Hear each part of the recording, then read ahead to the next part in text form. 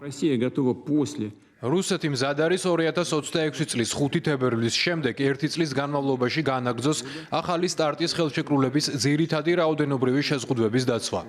ამის შემდეგ სიტუაციის ანალიზის საფუძველზე ჩვენ გადავწყვეტ გავაგრძელოთ თუ არა ეს ნებაყოფლობითი თვითშეზღუდვები.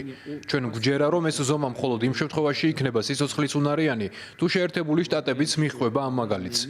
ამასთან დაკავშირებით მე მოვუწოდებ შესაბამის უწყებებს გააგრძელონ ამერიკის შეერთებული შტატების საქმიანობის მჭიდრო მონიტორინგი, განსაკუთრებით ახალი სტარტის არსენალთან დაკავშირებით. განსაკუთრებული ყურადღება უნდა მიექცეს ასევე ამერიკის შეერთებული შტატების რაკეტსაწინააღმდეგო თავდაცვის სისტემის სტრატეგიული კომპონენტების გაფართოების გეგმებს, მათ შორის კოსმოსში ჩამჭერი რაკეტების განლაგების მზადებას. ჩვენ ვიხელმძღვანელებთ იმ გარემოებიდან გამომდინარე, რომ ასეთი დესტაბილიზაციის გამომწვევი ქმედებების პრაქტიკულმა განხორციელებამ შეიძლება შეარყიოს ჩვენი ძალისხმევა სტრატეგიული შეტევითი შეიარაღების სფეროში სტატუს კვოს შესანარჩუნებლად. მინდა ხაზგასმით აღვნიშნო და ამაში ეჭვი არავის უნდა შეეპაროს. რუსეთს შეუძლია ნებისმიერ არსებულ თუ ახალ საფრთხეს არა სიტყვებით, არამედ სამხედრო ტექნიკური ზომებით უპასუხოს.